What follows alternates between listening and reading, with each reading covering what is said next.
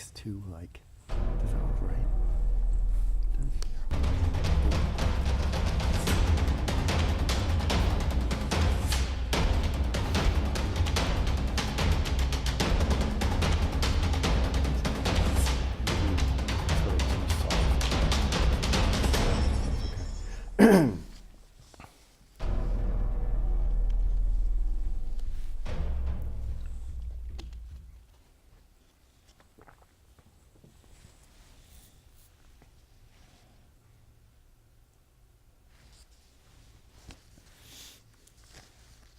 Welcome to Quabbin Valley Health Links, a presentation of Quabbin Valley Healthcare in partnership with AOTV. This program is designed to link members of the community to health-related resources available in and around your local community. We serve to provide information on healthcare-related matters and other resources so you can make better, more informed healthcare decisions. Please visit us at qvhc.com for more information. Welcome to Quabbin Valley Health Links. I'm Michael Cacciadorian. Today we will be talking about organizational leadership and leading for a healthy workplace. And joining me today is Ken Dolan Del Vecchio, founder and president of Green Gate Leadership. Hi Ken, welcome to the show. Hey Mike, nice to be here. Thanks for coming in. Ken, you have a distinguished resume, and I just want to touch upon that a little bit. You're an award-winning author, speaker, leadership consultant, and a family therapist, and you've recently retired from your role as the vice president for health and wellness at Prudential and founded Green Gate Leadership, where you provide keynotes, leadership training, consultation, and coaching. That's pretty impressive, and I think it's very up to date on what we need to talk about today, particularly around leadership in today's environment. So how do you create, or what do you think are the key aspects of creating healthy leadership within an organization? Or why do you suppose it might be difficult that we're not effectively leading in general? Well, there's a lot of talk these days about creating a healthy workplace and also creating a mentally healthy workplace as part of that effort.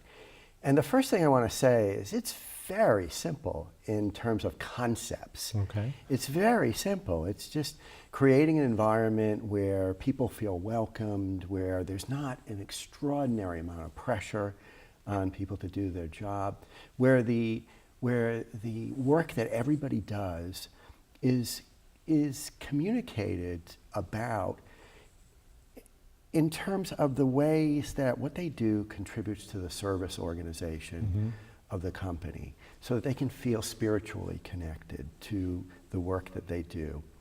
But so what do you think, why do you think, or maybe it's my perception, that leadership, this type of leadership, is difficult to attain, or maybe it's not as widespread?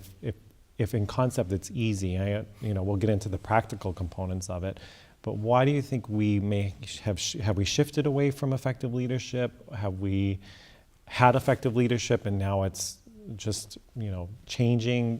What are your thoughts on that? Well, I think what's happened in large organizations and sometimes in small organizations as well is there's been an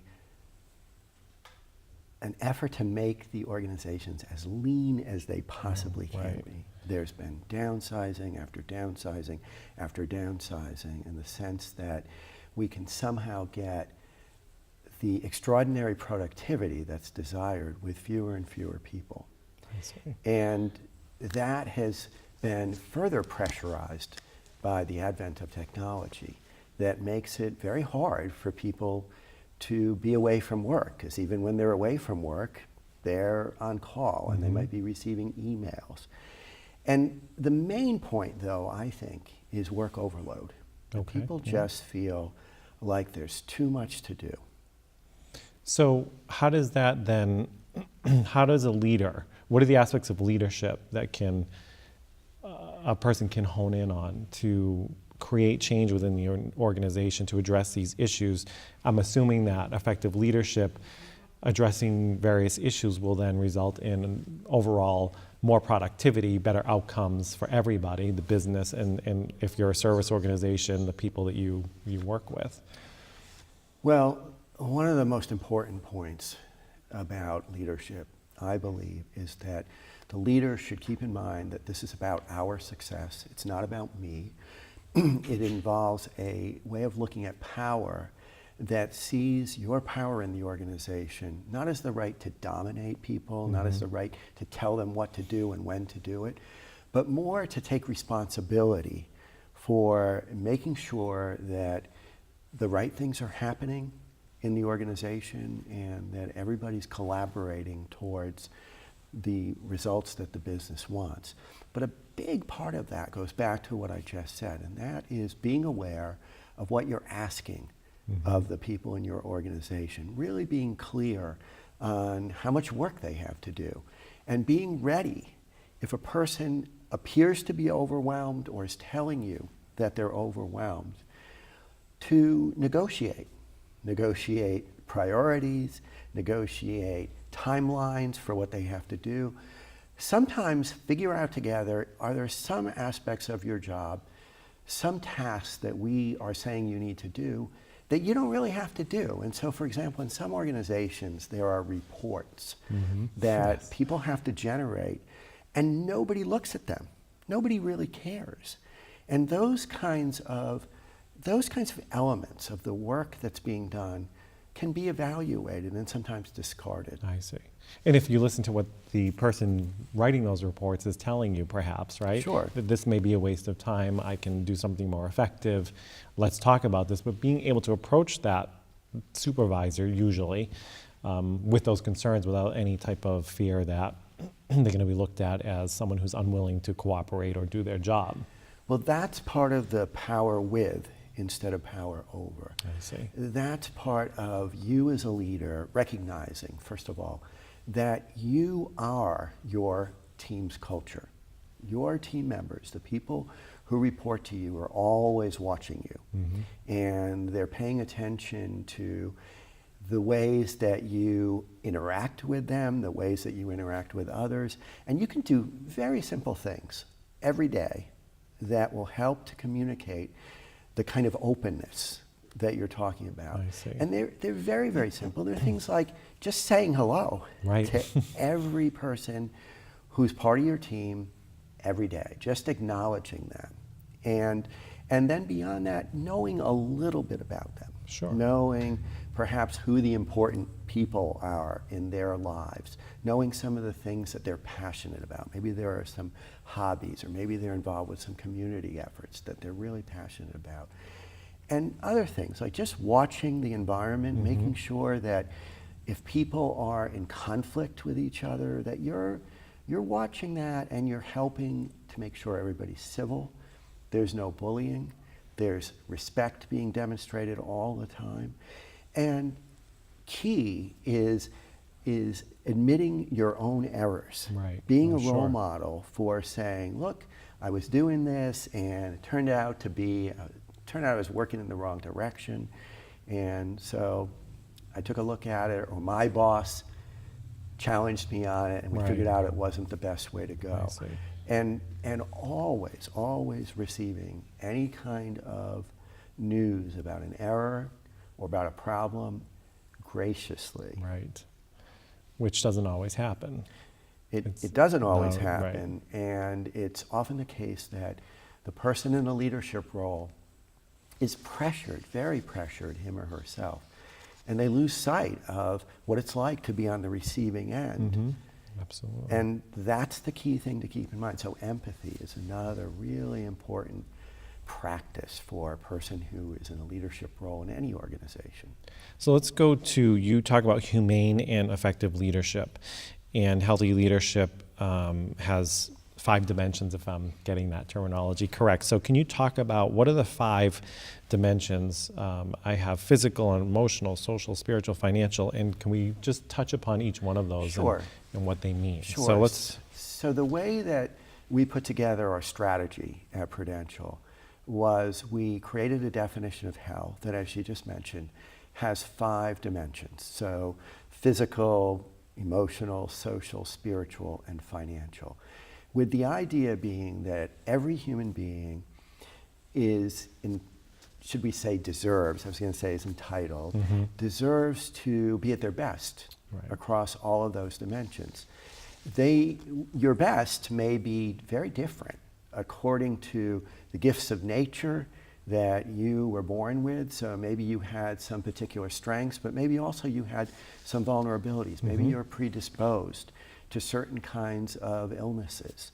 And so you may have, what's optimal for you may turn out to be different for another person. Okay. But across those dimensions, what matters most is your ability to practice habits that will help you to be at your best. So to eat well, to get enough rest, to move enough to provide some exercise and energy for your body. That's what you might say is in the physical dimension. So do you mean at the workplace? So the leader would create the space for this individual or these individuals to have the opportunity to move about the office, Sure. or is that what you? It would be reasonable for people to be able to get up and walk around sure, a little right. bit. And moreover, to have time outside of work when they can do that, when they can walk or they can do whatever exercise they may practice. And then moving into the emotional dimension, people need to feel joy. Right. They need to feel some degree of fulfillment. And that's why it's important in the workplace to do the things that I mentioned, to say hello, to have an attitude that's optimistic, convey that to the people who report to you, and to do some things at work that inspire people to feel joyful. So for example, I once went to a team meeting. I was going to do a talk about health and wellness. I did do a talk about health and wellness. And it was in the middle of the winter, and the senior leader had provided hot chocolate for people, which is pretty uncommon. Right. And not entirely healthy, but something that made people smile. Right, And absolutely. they enjoyed it. And then into the social dimension, we need to feel connected to people who love and respect us. Right. And at work, it's very important for people to feel like their supervisor, their immediate supervisor, has some degree of caring for them. You know, one of the main reasons that people leave their job is because they don't have that. Right. It's because they don't feel like anybody cares. They don't feel connected in any sort of meaningful way. That's stronger to than their supervisor. And that piece, I think, in the world of healthcare anyway, from my experience, supersedes someone's paycheck. In other words, they will leave your organization because of the issues you talk about if they're not addressed, particularly around that social component versus how much money they're being made. I mean, we're talking, if their paychecks within line, 5, 10 cents an hour or whatever, they're not going to leave if these other avenues are met. Absolutely. It's very meaningful to people to feel like they're connected to their supervisor, to their coworkers. If we're not, we tend to feel like I'm just there doing the minimal, no discretionary effort. Right. It doesn't matter. Something like 70% of people per a recent Gallup poll either hate their jobs or just come and do the minimum. Right. And the other 30% are actually energized and really interested and engaged. But then just moving on, so that's the social piece. The spiritual piece is very important. It's that sense that I'm doing something that has purpose. I'm doing something that has meaning. I belong to something that's bigger than myself. And so very important for us to feel that. And you're not talking religious connotations here. You're not at talking all. about fulfilling within you. Sure, it may be the case, and many people do find a lot of spiritual connection in their faith. But the way I see it, your spirituality is really at the core of who you are and what's important in your life. And certainly we spend most of our time at work. Yes. And if we can understand our work as part of our spiritual practice, part of what we give to the world, part of how we're connected in a purposeful way to the world, then that's going to also help us feel Right. like we want to be there. Right. And then the final piece, which is often really overlooked, is financial security. We need to feel like we're safe and secure, like we and the people who we love and who we help to support are secure and have enough money for the basics. And also a lot of people feel like they want to have enough to give to others as well. So those are the dimensions that hopefully we're doing things every day as an individual that help to fulfill us and bring us to our optimal place. But then there's the organizational level. Right. That's where the leader comes in. So the way we thought of it at Prudential was there's the individual, which is embedded in the organizational, which is embedded in the community. Right. And the organizational piece, we won't go into the community piece, I don't think, but the organizational piece is all about the culture of the workplace. So off air, we were talking about just to go back a little bit. You gave a good example, and I just wanted to talk about that and where it falls within these 5 dimensions.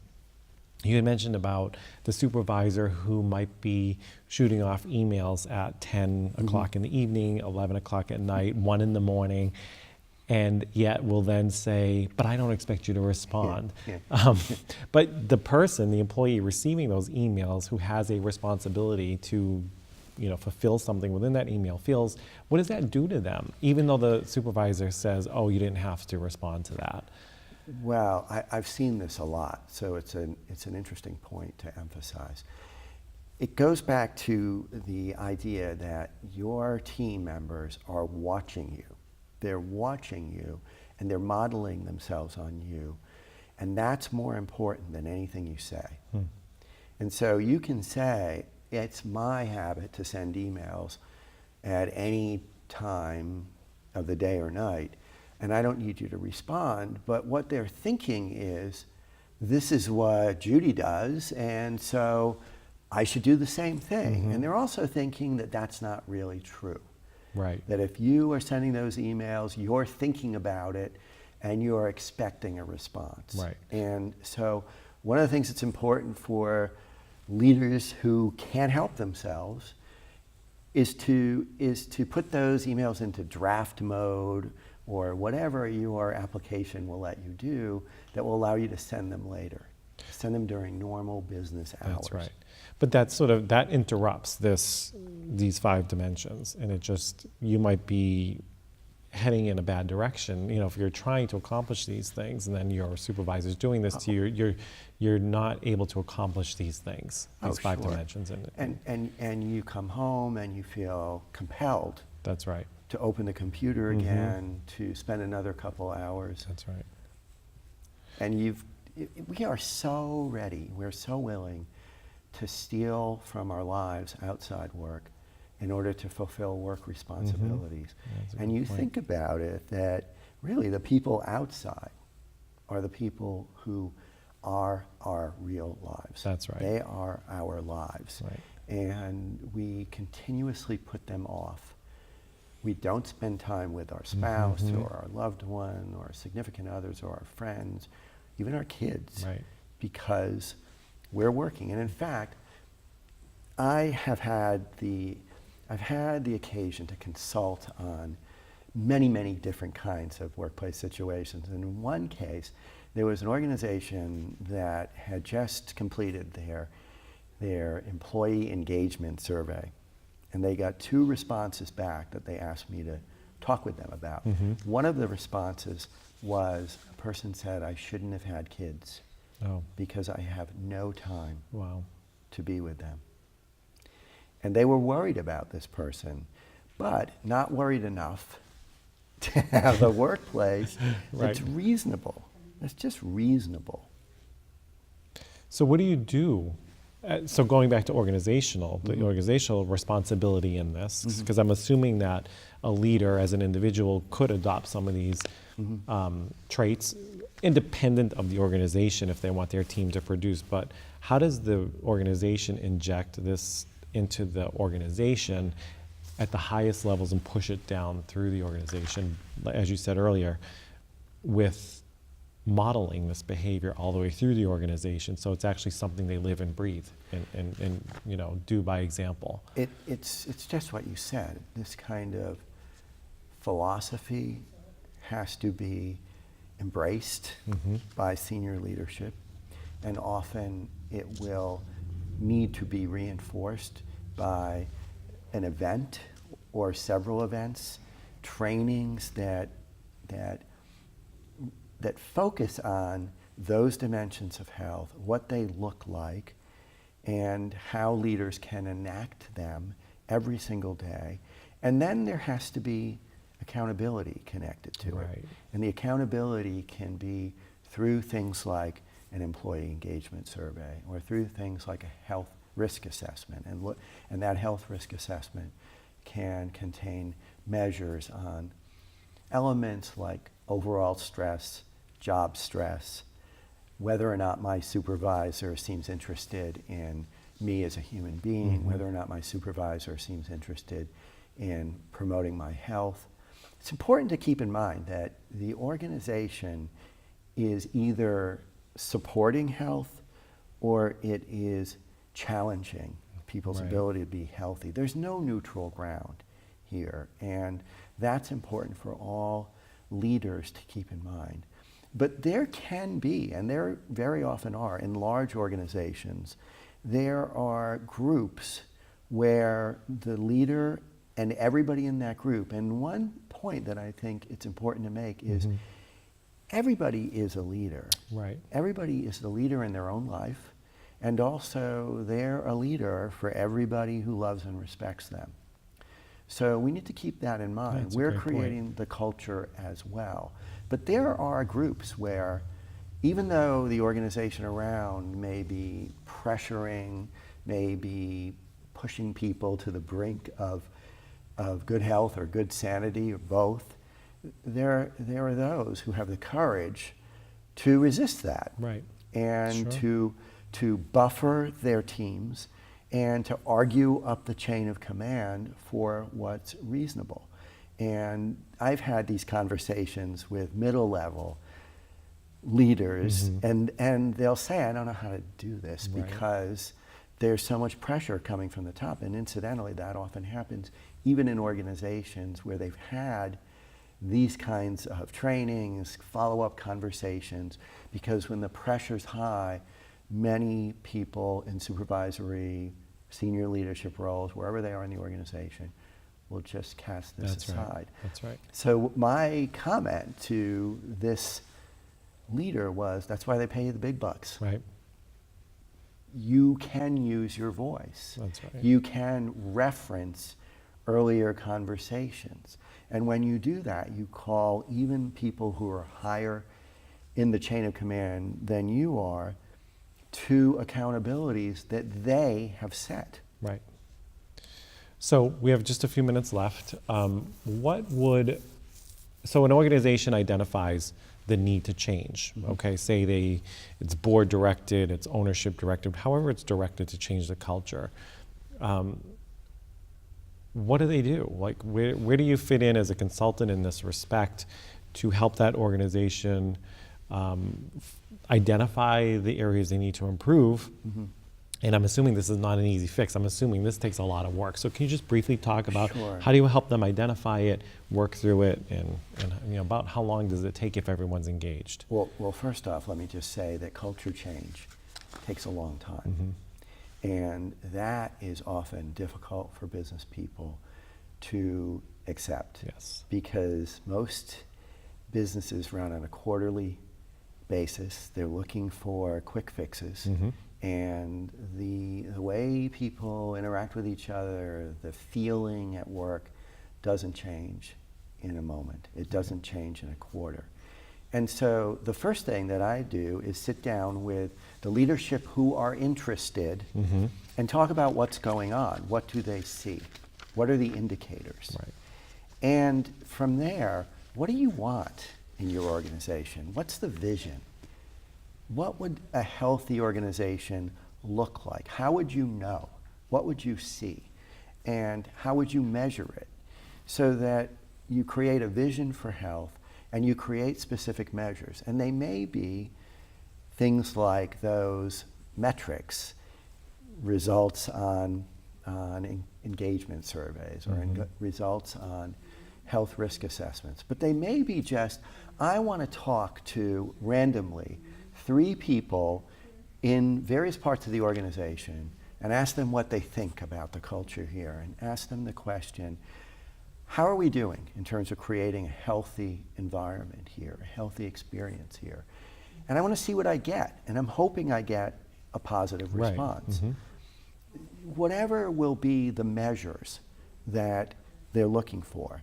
And then from there, to map out a strategy that will get from where you are to there. And one of the first things that leaders can do that is transformative for the organization is to have a conversation where you have as many people present and you say, we've taken a look at this culture and we want to make some changes because this is what we see. Mhm. And we're not happy about it, and we imagine that you're not happy about it. And so we're going to start a new history. And we want you to keep that in mind, and we want you to feel free to communicate about how you see it going. And the reason you want to do that is when you, in a sense, and you can do this as well, you can directly apologize. You can say, we've built a culture here that we know is not as helpful to people's great overall idea. health as it possibly can be, and we want to change that because apologies are extremely, extremely meaningful to people. They Right. open the door to taking a step back for everybody and saying, if this is sincere, that took courage, and I'm going to give them the opportunity to make it real. Right. And so when you get to that point, and I'm assuming that this process takes a long time. I mean, first of all, everyone has to be engaged for the most part. And then moving through this and creating this change, a year, 2 years, I mean, I know it's going to be dependent on the size of the organization, but it's Yeah, going it to take does a lot of depend on focus and It commitment. does depend on the size of the organization. I want to make a point that it doesn't mean the organization has to buy things. Right. They don't have That's to right. buy fitness wearables. Right. They don't have to buy stress management applications to put on their computer Yep. system. What they need is for everybody who has a supervisory role to take this to heart and to do these very simple things that we've been talking about, which can be very difficult Absolutely. because of how people understand their role as a supervisor, because whether or not they feel inclined to do the kinds of embracing of others Right. activities that we've been Absolutely. talking about. Because, a lot of people are promoted to a supervisory position because they were great at what they did.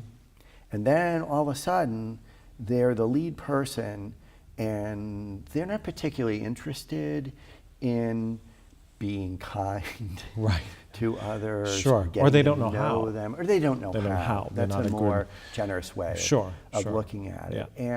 And they're not the kind of people who naturally motivate, Right. energize others. Those things can be learned, I however. see. They can be learned. All right. Well, we have to wrap it up.